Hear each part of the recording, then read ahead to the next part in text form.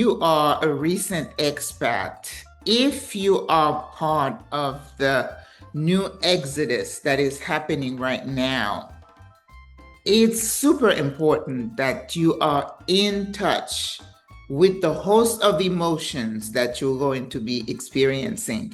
We experience them anyway, but I think with the urgency that we have felt recently, it's important that you see what's going on, acknowledge, and take steps to effectively manage those emotions for emotional health. I've done a few videos about, like one video that I did, I think that's my most viral video that says the dark side of being an expat. And that is so true. It's still true. But today is Wisdom Living Day. It's Thursday. So I want you to think a little bit more deeply. Now, of course, you could say, oh, I don't want to hear that. I don't want to think too deeply. I got my to-do list, 1, 2, 3. And I respect that. But it is also super important that you say, how am I feeling today? Why am I feeling this way? And what can I do to correct some really negative thoughts and feeling, anxiety? How do I manage all that? Okay, so sit tight. We're going to try to go through this really fast. If you're new here, my name is Maggie. I'm a 67-year-old retired nurse practitioner, and I have been retired here in Panama for almost 3 years. I am happy to report that I'm very happy with my decision. I feel like I made the right decision, and I am grateful every day for the privilege of being here in this moment. Being present is super important. I am also the creator of SWRA, a group of sassy older ladies who have made a conscious decision to spend the rest of their days here in this lovely place to create community, create sisterhood, as we reinvent ourselves. But I always say the tagline, SWRA's ultimate vision is to create a newer model of aging abroad that is sustainable and affordable. If any of this sounds of interest to you, I invite you to like the video, share it, and subscribe to the channel. I'm not going to beg you to subscribe, because if you like my content, you will subscribe. Otherwise, you got choices, right? Plenty. Anyway, on Mondays, I do videos about life in Panama. I do shorts showing you, where I go to the store, things like that, just to keep everything on the up and up and feel like you are right here, give you a feel for the place you're looking to retire to. But there is a host of emotions that we go through as we decide to relocate to a brand new country, totally unknown to us. And it's important, I feel. Now, I'm a psychiatric nurse practitioner, so I'm going to bring that psych to you today. And I hope you're okay with that. Please don't be scared. There's nothing to be afraid of. When I say psych, it doesn't mean you need to shrink. No, ma'am, no. It just means that you have the time right now to stop and think. And I am creating this little space for you where you could say, even if you're in the process of relocating, all the to-do lists and the house, all your stuff, but you need to take a few minutes to sit and breathe and recharge and reset. So let's go back. What is wisdom? I tag these videos on Thursdays, Wisdom Living, because I'm like, you know how many people in Panama are talking about how to open your bank account, giving you tours of apartments and all that. And it's great. You are bombarded with information. I really think I'm the only one that's taking you through the emotional route to make you kind of stop and think. Because, do is great, but you have to step back, take a breather and say, where am I at right now, and how does it feel? Wisdom to me, right, is the ability, it's the skill, the sense, the foresight that you have developed as a result of previous experiences. And then you are able to utilize the skills that you learn from those experiences to make this current experiences a little bit more enjoyable. To me, that's what wisdom is. I've always been kind of a old soul. I'm a firstborn. So I have these abilities to I'm very logical. I'm a left brain. I like data.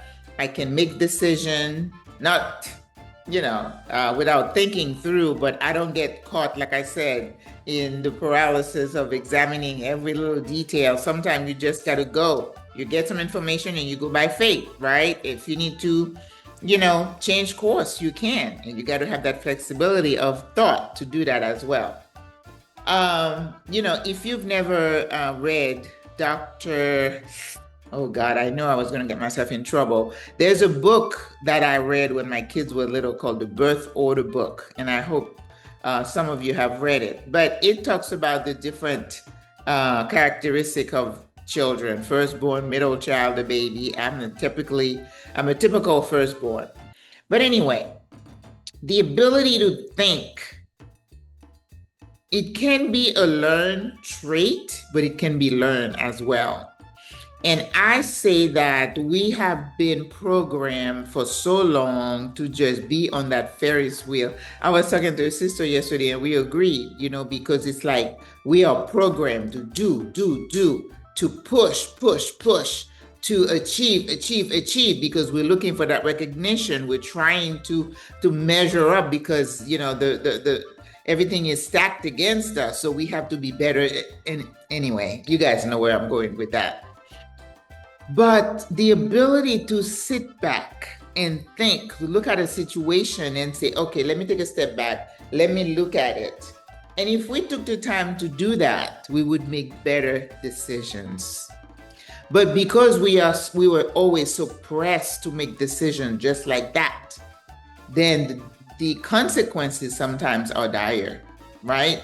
And I say that personally as a parent, married, children, career, the push to excel, going back to school and volunteering and all the different after school activities the kids were in, it was a recipe for, to kill you, right?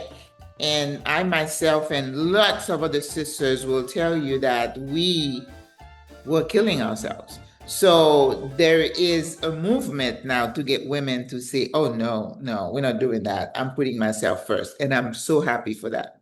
But it's going back the emotional route. When you decide to relocate for whatever reason, I'm not talking about just today in today's rush. And I think Stephanie Perry, I saw her latest video talk about the Black migration has already started.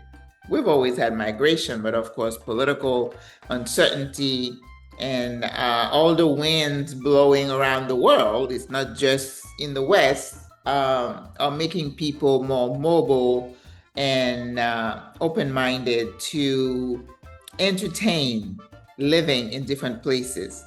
So when you do decide to emigrate, to go somewhere else, I believe that a lot of us do not acknowledge, I talk about the emotional toll. They don't acknowledge the feelings that will come and the consequences of that decision. We talked about telling your family, right? Financial, having aging parents. These things bring with them a host of emotions. So you're trying to organize yourself. And it took you a lot of soul searching to finally come to the decision, yes, I'm going to do this. That's a heart-wrenching decision. That takes an emotional toll on you. The things that you deal with, the guilt of leaving, right? The sense that people around you don't appreciate you as a person because they don't see that you are slowly dying, but they're like, how dare you leave? What about us? The things that you read online, well, I am this and that. This is my land. I'm not going anywhere. Oh, good. But don't judge me and put your foot on my neck because I decide to leave. We all should make the decision for ourselves. So you have to acknowledge, and what I always say in my videos is you have to expect those reactions from people outside of yourself. That's one thing. But what you owe to yourself is how you deal with the rejection and the sense of they don't understand me, they don't care about me, they don't see me as someone needing to nurture myself, to think of myself. Because, we always think that Black women in general, we give, and we're always the last one to give to ourselves. So you're dealing with the guilt, you're dealing with the sadness of not being understood, you're dealing with the overwhelming sense of, oh my God, what does that mean really for me to leave everything that I know? Especially if you're like in your 50s, 60s, 70s, that is like 2, 3, 4 lifetimes that you're leaving, memories. And I was telling another sister today that getting rid of my stuff was the most emotional. It wasn't telling my family, it wasn't that. For me, it was, I took pride in decorating my home. I took pride in stamping my environment with my style. And then to just put it out there and watch total strangers come and take something that is part of you, that is emotional. That's emotional. So you have to be prepared for the sense of loss. And I equate relocating with losing someone, because you go through, oh my goodness, excuse me, something stuck in my throat. You go through the grieving process, which is denial, anger, bargaining, and acceptance. I always miss one. But you go through all these emotions. Am I really doing this? Do I really know what that means? What's waiting for me on the other side? And it takes a lot of guts and courage. You have to be ballsy to decide, like my friend over there at 80 years old, I'm out of here. That's ballsy. It takes balls to do that. But we as women have always been strong. Sometimes we've been oppressed and put down and held down long enough that we've lost our sparkle and our sense of self and our ability to do for ourselves. But we have the ability, not all of us, but many of us do. So be aware of those emotions. And what I say in some of the videos, how do you offset that? How do you manage that? First, you have to acknowledge, first of all, expect it, right? That if you tell your best friend and she's like, oh, I'm so happy for you, in your mind, you say, wow, that was easy. I didn't expect that. Especially if you see yourself as a pessimist, you're like, she's always expecting the worst. No, you're dealing with human beings, right? If your children say, oh, mom, I always knew you were going to go somewhere, it's like, oh, it lessens the guilt. But if you're not that lucky and they start to shun you and they're giving you the cold shoulder and they're like, nah, or you have aging parents that are like, well, you are my child. What are you going to do? Who's going to take care of me? You're a bandit.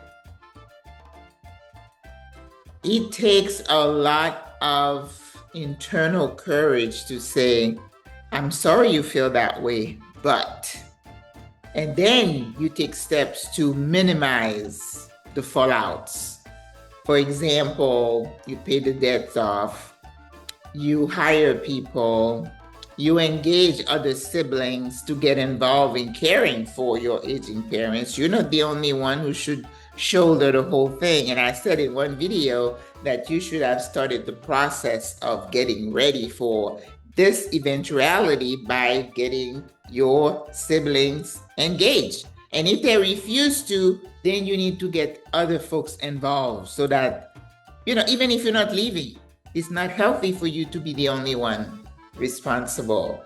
And you should not allow your aging parents to guilt you into that. All right, there's a whole video about that.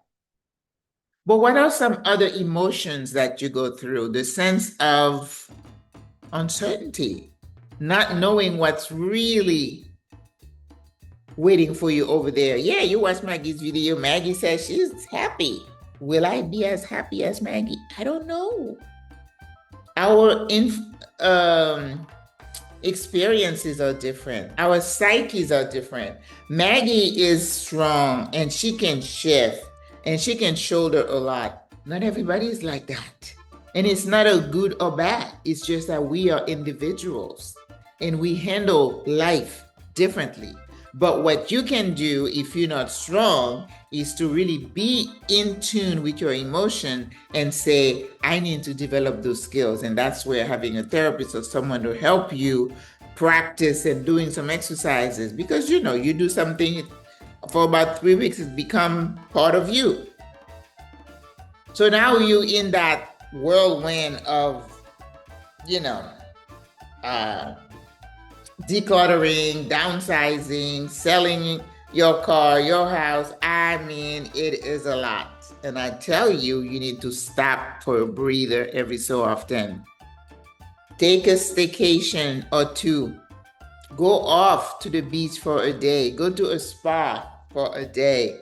Treat yourself. Remove yourself from the situation, from the day to day. And it's like, oh, I got this. Yes, sis, it will wait. Take a day off. Take a day off. Okay? Even in today's environment where you feel like the sky is going to fall, take a breather. Because if the sky doesn't fall and you fall, have a stroke or a heart attack, it's a moot point. So now you're ready to leave. You did everything right, checked all the boxes, you did all the checklists Maggie sent you, you watched all the other people's videos, and you think you're ready. You have some support on this side. You've connected with some people. You have Maggie's number and email. You can call her and ask some questions. That lessens the stress, doesn't it? But now let's talk about you being here. You're the new expat. When you come to visit Panama, it's one experience. When you've come with your 10 suitcases, don't do that. It's a whole different ball game, because it's like, I'm no longer a tourist. I live here now. All right, so you're doing all the things, get your apartment, your phone, and everything Maggie tells you to do, and other creators have told you to do. You're doing everything right. But you're still feeling like you're on that Ferris wheel, right? Because it's like the to-do list never ends. Do. And that adrenaline is going to keep you, you're eating, you're exploring, you're finding your way, you're getting your feet wet. Yes. And I tell you about the honeymoon stage that says, oh my God, I feel so relaxed. And I'm so happy for you, sis, that as soon as you get to Panama, you're able. I met this sister yesterday. She said, I feel so good. I mean, her hair looked good, her face. And I told her, I said, you look like you've been resting. You look rested. She's like, oh my God. She lives in DC. Does that tell you anything? My daughter is in DC.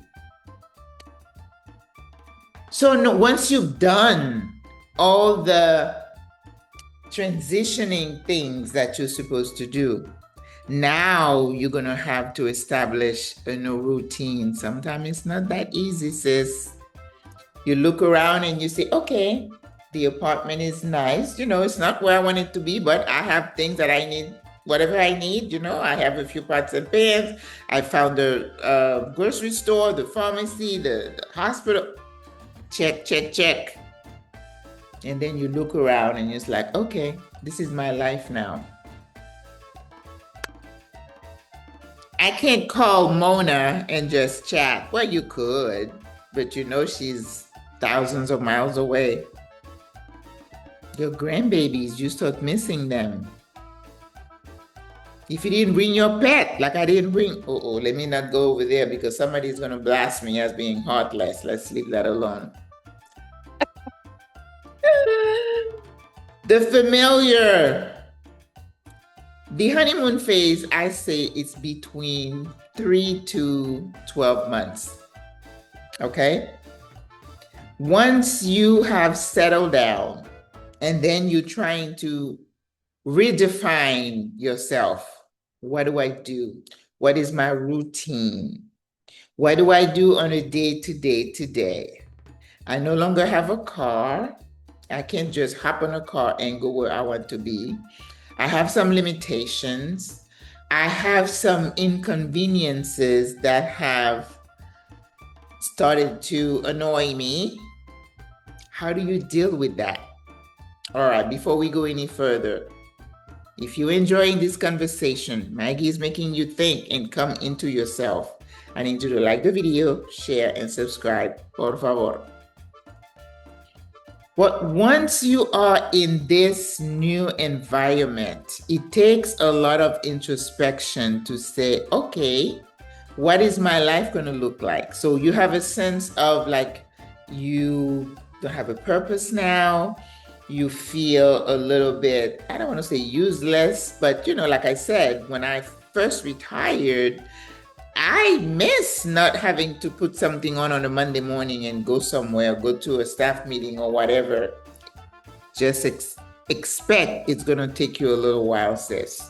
So you really need to sit down and establish a new routine for yourself, new goals for yourself, because what you're going to be experiencing is a sense of loss.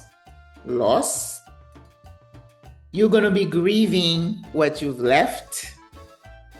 Grits, barbecue, going to your favorite restaurant, favorite hairdresser. This lady, I was watching her, she came after being in Europe for a while, and then she said, oh, it was so nice to go to my regular hairdresser, go to a pumpkin patch. Don't have that here. The routine, the mundane things, going to, I don't know, Lowe's, going to your favorite restaurant, going your favorite path where you walk, you grieving the loss. You have to expect it. And it's okay to feel in the dumps once in a while. What you have to be in tune with and aware that if it starts taking you down that dark path, you have got to snap out of it, sis. You got to talk yourself out of it and say, danger, danger, danger, danger. Let me put some music on. Let me distract myself. Let me go for a walk. Let me call this sister. Let's go to lunch. We have massages here. We have places where you could go for a day or to a spa. You can do those things here too.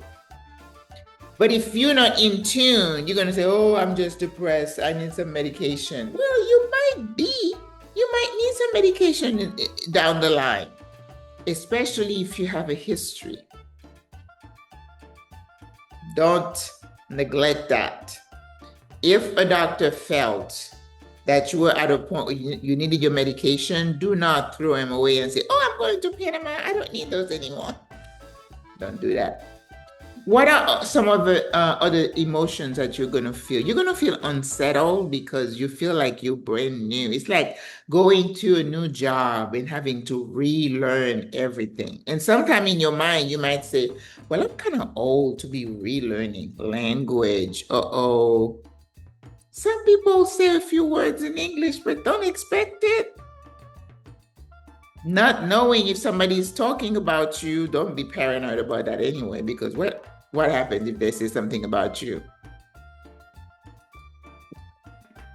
It's okay. But the sense of being unsettled, not knowing what to do, the rules, and of course, if I meet with you, I will tell you, oh, but that's a lot. You're going to have to learn things on your own. Like this sister said, I'm like, do you have a metro card? She said, yes. I'm like, oh, that's great. She said, I got lost a couple of times. And I'm like, that's how you learn, sis. Attitude is everything. That, yes, I'm in a new place. Yes, I'm going to be a student. Yes, I'm going to ask those who've been here, how do you do this? How do you do that? Don't be so proud. It's going to make your transition that much quicker and richer if you ask for help. What are some of the other emotions you're going to feel? You're going to feel sad. I felt sad that I had to make the decision to leave. I don't think any of us, I don't know, correct me if I'm wrong. I don't think any of us willingly said, like 20 years ago, I think some people might. that I am definitely going to leave my home and go live in a foreign country.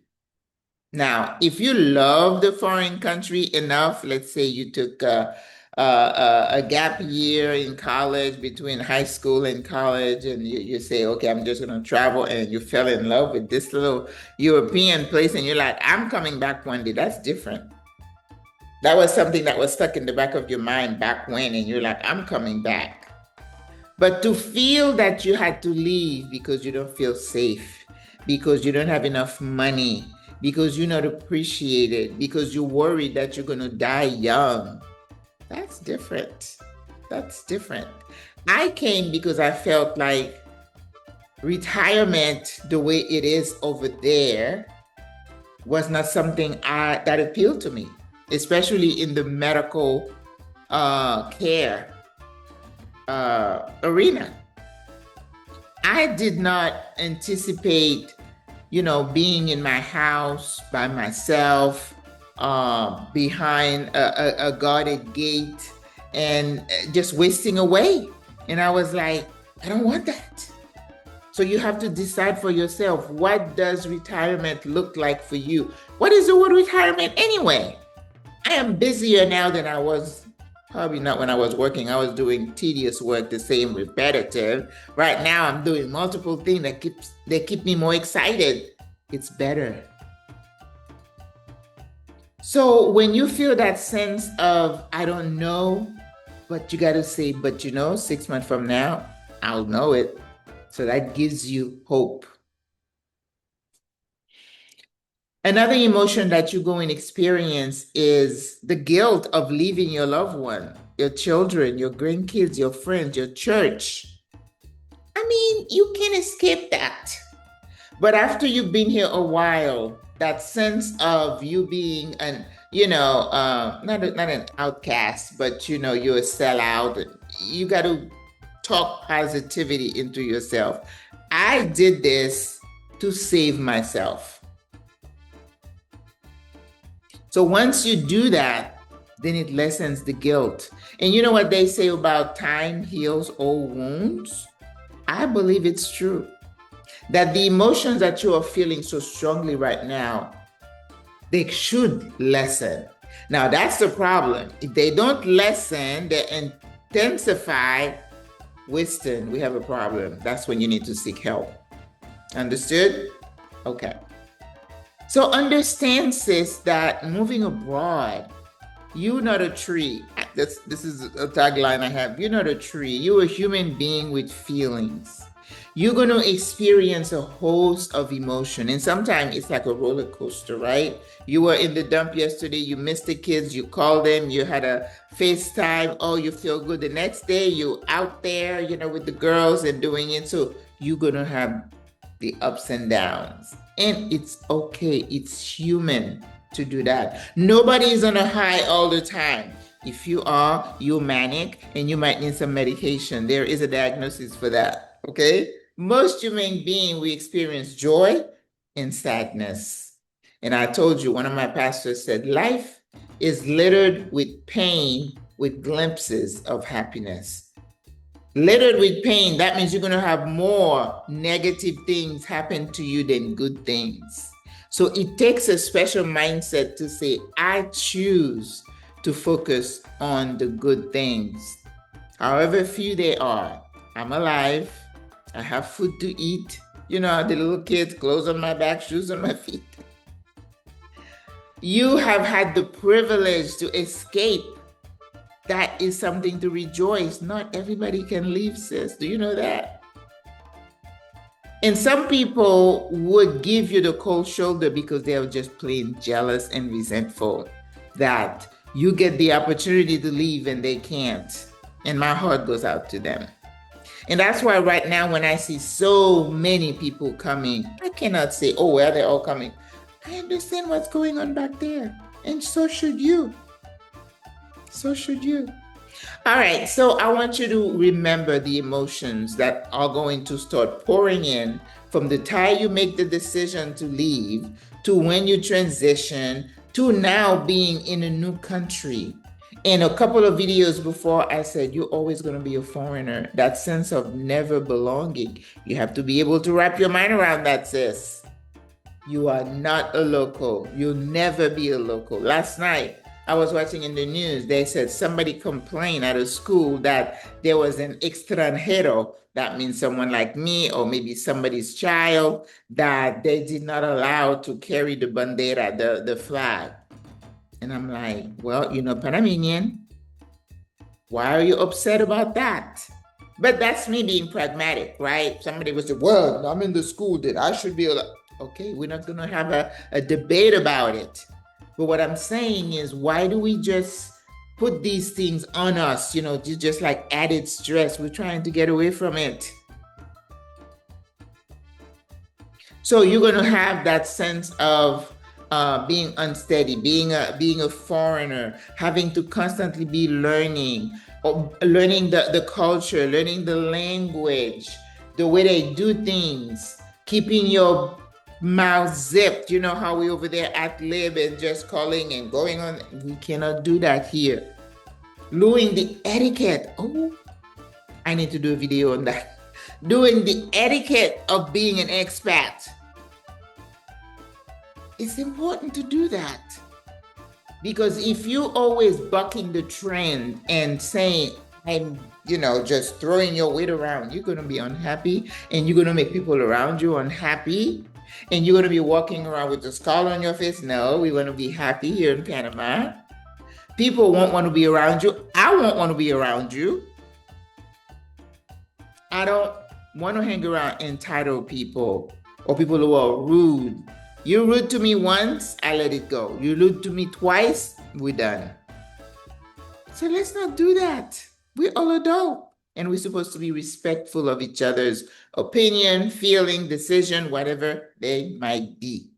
So I want you to remember that on Thursdays, we want to go deep to understand what this expat life is all about. Yes, you have to relearn everything. Yes, I get frustrated when I can't find what I'm looking for. I went to 2 different stores today to look for something and I couldn't find it. Yes, but at the end of the day, the pragmatic person in me saying, oh, well, I have a recipe. I'm looking for something. I can't find cumin seeds. And I'm like, I'm going to do it, but without cumin seeds.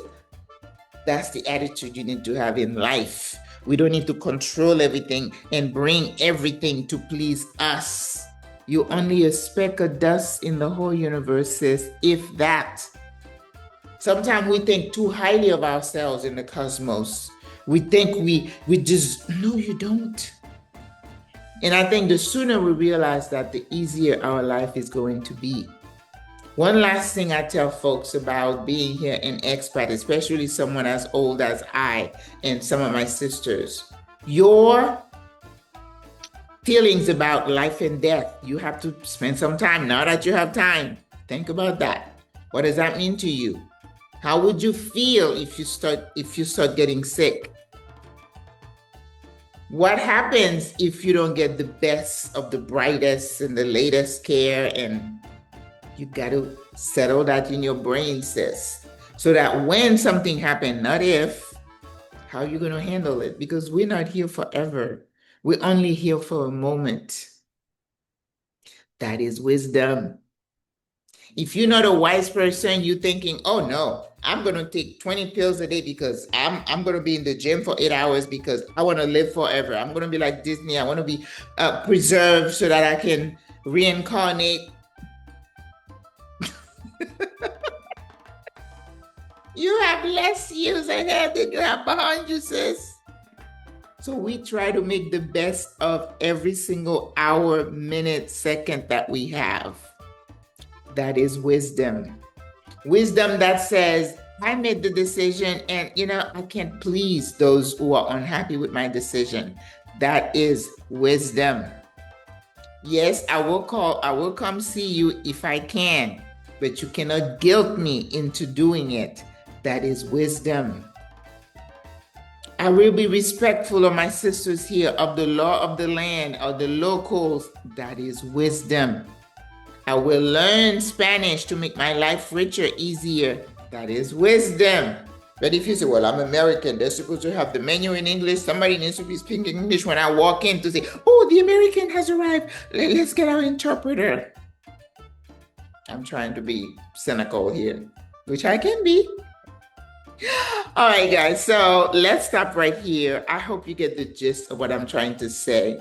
I don't want you to be this flaky, non-thinking kind of person. I want you to always see beyond the obvious, not to the point of being paranoid or trying to always see beyond what somebody is saying. Sometimes if this is something to you, this is it. Don't keep looking back for more meaning and usually negative. It makes, if somebody says something to me, I'm going to take you at your word. But I might give you some credit to say, well, she probably is going through something. That's why she said what she said. And when I do that, it's to help me. So I'm not retaliating against you. That's wisdom. That is wisdom. So strive to be wise in your older years. We deal with a lot of people who are 70 and 80 and they're still acting like they're in their 20s. Those are the people I run away from. I don't have time. It's not my time to teach you. You're 80 years old, you're too old. You're in your 70s. These are things that you should have learned way back when. But some people don't get better as they age, they get worse. I'm out. I refuse to engage. All right, sis, so I hope you enjoy this, and we're going to continue this conversation, okay? Because I think it's important for us to be wise in this space that we're at as expat, as we are citizens of the world, learning everybody and being able to mold and adjust and adapt in whatever environment is a skill. That is wisdom. All right. God loves you. I love you. Au revoir. À la prochaine. Bye.